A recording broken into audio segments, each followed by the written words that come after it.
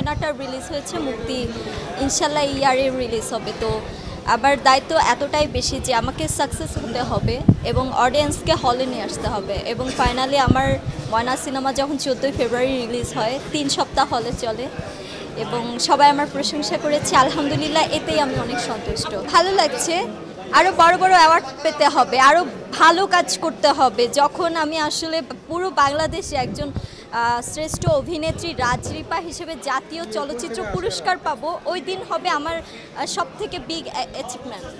So আমি সেই দিনের অপেক্ষায় আছি। আর এখন যদি 50 লাখ টাকা হয় আমি বিজনেস করব এবং বিজনেস করে আমি সেটার মানে 50 লাখে 50 কোটি টাকা বানানোর চেষ্টা করব। সেটা টাকা হাতে আসলেই হবে, যখন দিবেন আমাকে তখন।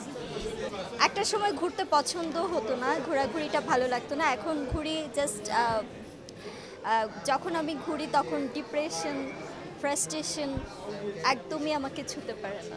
পরিকল্পনা এখন আপাতত সিনেমা নিয়েই আছি এবং অলরেডি আমি র্যাম্পের মডেলদের সাথে আসলে কাজ করছি। র্যাম্পে কাজ করতে ভালোই লাগে।